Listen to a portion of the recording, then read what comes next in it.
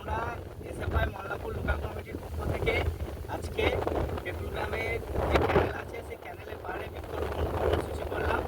এই ক্যানেলের দুই ধারে আমরা বেশ কিছু দীর্ঘ লম্বা জায়গা জুড়ে বৃক্ষরোপণ করলাম এবং তার সাথে সাথে কিছু শিমুল গাছের যে পেছন সে বীজ আমরা ছিটিয়ে রাখলাম যাতে গাছগুলো হয়।